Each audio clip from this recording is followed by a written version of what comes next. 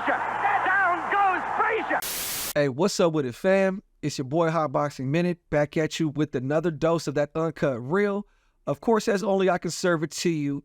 We're going to talk about the welterweight division because we're not welterweighting anymore. Ooh, I was waiting to pull that one off. I apologize I'm taking so long to make these videos, y'all.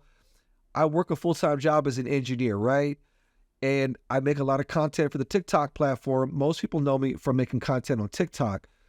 Now, what a lot of people try to tell you to do, especially like social media content managers or whatever, is they'll tell you to make content, your long form content for YouTube, and then chop it up and then serve it up for TikTok, on a phone to where it's like widescreen, right? But it doesn't translate the same. You don't get the same kind of feeling of engagement and really being involved with your audience when you're not keeping it all on one platform. So I end up having to make specifically separate content for TikTok and I do on YouTube. And at some point, I'll figure out how to balance this all out. My apologies, but the welterweight division has pretty much been at a loggerhead. I think that's the right word. I don't know what you call that, where all the traffic comes to a halt in one spot because of Terrence Crawford and Errol Spence trying to figure out this undisputed championship fight that took years for them to make. So you have the cream of the crop in the welterweight division pretty much at a standstill waiting for that movement. But thank goodness we've got that huge historical generational fight coming up at the end of this month involving Errol Spence and Terrence Bud Crawford. And this weekend was supposed to be the top creme de la creme of the welterweights, or at least 4 of the top 10 guys. We were supposed to see performances from Boots Ennis, Vergil Ortiz, Imantaia Stanionis, and Roy Maivia. And unfortunately, that card out there in San Antonio that was going to be headlined by Vergil Ortiz Jr. has been canceled, or at least the headline has. The fight's still going on without Vergil Ortiz Jr. because Vergil Ortiz Jr. apparently collapsed. He fainted and had to be resuscitated via CPR. It's a real situation, folks. If you don't know, I believe he had to pull out already twice from this fight due to rhabdomyolysis or a medical condition in his fight with Imantaia Stanionis. And it's a fun fight on paper if we could just get them two in the ring and get Vergil Ortiz Jr. in a healthy state. But either way, that headline has been scrapped. They are going on with the rest of the cards on that fight. They got Floyd Schofield versus Haskell Rose is going to be the headline. Eric Tudor, Reggie Harris, Jojo Diaz, and Jerry Perez. A title fight involving the women, Marlon Esparza versus Gabriel Alaniz. And they've got many more cards on the undercards for that. And they lowered the price to like $25 or $20 or something to that effect in order to accommodate Imantaia Stanionis and Vergil Ortiz Jr. no longer being on the headline. So if you're in the San Antonio area, it might be worth your time to go out there and check out that fight. It's cheaper than most club fights. Hey, what else do you want to do on a Saturday night? Catch some live fights. There's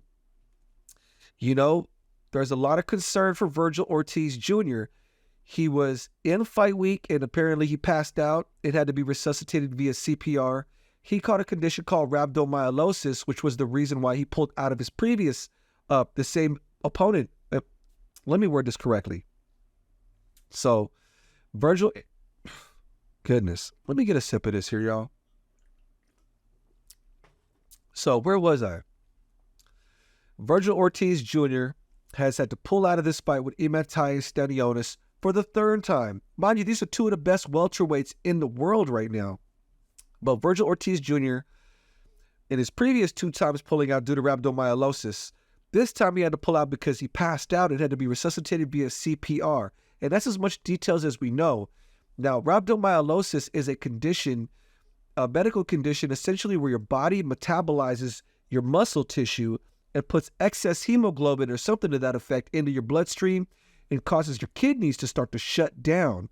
And it is caused by high-intensity exercise, severe dehydration and overheating, injury or trauma. So some mixture of combat sports and overtraining resulted in him having this medical condition. And it seems that at his 5'10" frame, he's having a problem meeting that 147-pound welterweight limit. So I don't know what the position is for Team Vergil Ortiz Jr. going into the future from here. I don't know if he's going to move up to 154 pounds. Maybe the medical condition is so grave, he might just have to retire. I don't really know, but prayers out to Vergil Ortiz Jr. and his family, and hopefully they can find some resolution because Vergil Ortiz Jr., if you don't know, is undefeated, and he's knocked out every single one of his opponents. He is electrifying, to say the least, and one of boxing's top contenders throughout the whole sport. So it's a situation we're all watching closely. Prayers out to Vergil Ortiz Jr. and his family in this crazy, unusual time. Yeah, so they're going through with the rest of that card, and I suggest if you're out there in San Antonio, please feel free to go on and check it out. So that fight card has ended up getting scrapped. The other main card that was going on out there at the boardwalk in Atlantic City, which sounds great to say it again, because the last time Atlantic City was really popping for fights was back when HBO Boxing was on top of the game, and Lou DiBella was one of the biggest promoters. He used to do all them shows with Arturo Gatti out there and Miguel Cotto and stuff. But we have the return of Jaron Boots Ennis against Roy Monvilla, and this looks like it's going to be a fun fight, you guys. Let me pull up their stats real quick. Hold on a second. Let's see. Jaron Ennis. We got Jaron. Let's go. Pulling up the box recs now, y'all. Bear with me for a quick second. Jaron Ennis, I know, is undefeated. Roy Monvilla has one loss on his record. Loss he had way back in the days. So let me see if I can get into Roy Monvilla. So Roy Monvilla is an interesting dude. He comes from Venezuela. So, hold on, let me make sure I get this right. Yes, he's from Venezuela. Okay, so Roy Monvilla is like this Terminator type of fighter that applies relentless pressure. He comes from the Venezuela School of Boxing. He's a multiple-time national champion. He had something like 150 amateur fights. I know he trains under the same coach that taught Edwin Valero. I don't know if that's a good or a bad thing, but Edwin Valero himself was a knockout machine. Roy Monvilla is kind of known for having a considerable amount of power. He first kind of caught the boxing world's attention on Showbox when he beat Janelson Boca Chica. He came into that as the significant underdog. And then he came in on the undercard to the Tank Davis versus Hector Luis Garcia fight and beat Rashidi Ellis. And I think the moment where Roy Monvilla really caught the boxing world, or at least the American boxing world's eye, was in that fight against Rashidi Ellis. It was on the undercard to Hector Luis Garcia versus Tank. And everybody pretty much was dismissive of Roy Monvilla because Rashidi Ellis, Speedy Rashidi Ellis, was one of the most highly touted, top-rated welterweights, and he still is. He was going through a contract dispute with Golden Boy, but he got in the ring with Roy Monvilla, and everybody expected it to be a boxing clinic.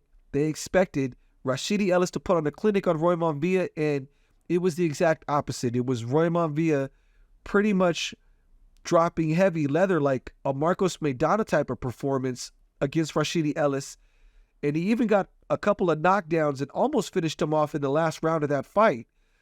A lot of people said the decision was unfair and that Rashidi Ellis should have got the win. A decision victory went in favor of Roy Monvilla, caused a lot of controversy. I'm not one to debate close decisions. Roy Monvilla put up a good fight. Rashidi Ellis put up a good fight. In the end, they gave it to Roy Monvilla, and Roy Monvilla thus captured the attention of the hardcore boxing fans who follow undercard fights on main ticket events like Tank versus Hector Luis Garcia. And for those of you that watched that performance, who did you think should have got the win in that fight? Roy Monvilla or Rashidi Ellis? I think Roy Monvilla got the correct decision. He got the win. Let me know in the comment section, y'all. Let's chop that one up. And now we've got Jaron Boots Ennis, and he's fighting Jaron Boots Ennis. Now, Jaron Boots Ennis is a mix of having an immaculate eye test, having huge promotional push from his now joined up with the PBC. He's an independent contractor, but signed a little promotional platform deal with the PBC, I believe, for 3 or 4 fights or something to that effect. But Boots Ennis looks the goods, man. He's kind of reminds me of Roy Jones Jr. mixed with Terrence Crawford, but we haven't seen Boots Ennis really get tested, so we don't really know until he fights a championship caliber fighter. And he's kind of just steamrolled everybody he's fought thus far, except in his last fight. He fought Karen Chukajin, and, you know, he ended up knocking out Sergey Lipnitz, Thomas Delorme, Castillo Clayton, got to Karen Chukajin, a tough Ukrainian and got taken the whole distance. And that was an interesting fight because we learned that Boots Ennis might have a little bit of problems cutting off the ring and stopping very mobile fighters. And, you know, it is what it is. Boxing fans are severely unforgiving. Boots Ennis went the whole distance so let me phrase this correctly. I don't know why boxing fans are so quick to dismiss a fighter, even if they win. So, for instance, Boots Ennis with the whole distance with Karen Jukajin. Karen Jukajin was a Ukrainian, great footwork. We learned that Boots Ennis might have a little bit of a hard time with mobile fighters and cutting the ring off and really investing heavy in body work.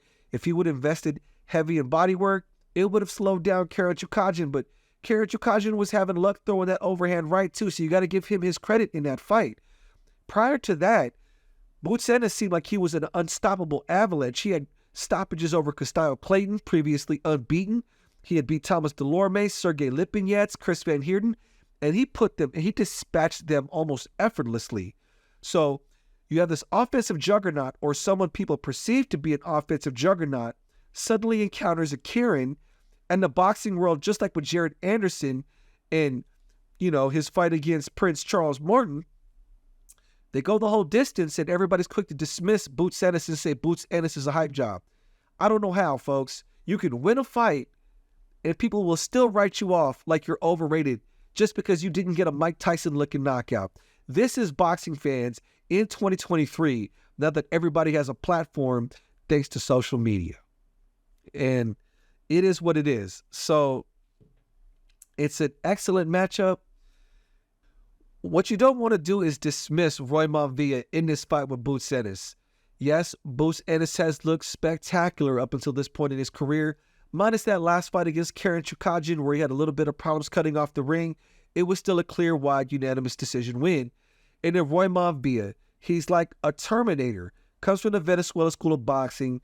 You definitely see shades of Edwin Valeto in him. He was trained by Edwin Valeto's trainer, so he's got that offense mind, heavy pressure, heavy volume, and it's going to be an interesting matchup. People are quick to dismiss Roy Monvilla, but they were quick to dismiss him when he fought Rashidi Ellis, and we saw what happened in that fight with Rashidi Ellis. Roy Monvilla was looking like the Terminator, just seek and destroy, and he won a clear decision. Actually, it wasn't a clear decision, but he did do a lot of damage to Rashidi Ellis in that fight. So we've got the dynamic Boots Ennis against the heavy-handed pressure fighter Roy Monvilla. Boxing community, how do you think that fight plays out this weekend between Boots Ennis and Roy Monvilla? Let me know in the comment section, y'all. Let's chop this one up. And anyways, I'm going to end my video on that note. Everything I want to discuss was with those welterweights. You've got a bunch of fun undercard fights that you're going to want to pay attention to on that NSV card. We got the return of Edwin De Los Santos. He's going to be fighting Joseph Adorno. That's got banger written all over it. Yoel Gomez versus Marquise Taylor. That's got banger written all over it. You know, so you're going to want to pay attention, folks, to those cards. Both Golden Boy, both Showtime have got some interesting stuff that you're going to want to try to pay attention to this Saturday night. And that's going to be it for this video, folks. Hit like, hit that follow if you haven't already done so. Leave a comment. This is Hot Boxing Minute, folks, the future of boxing analysis on YouTube and TikTok. Peace.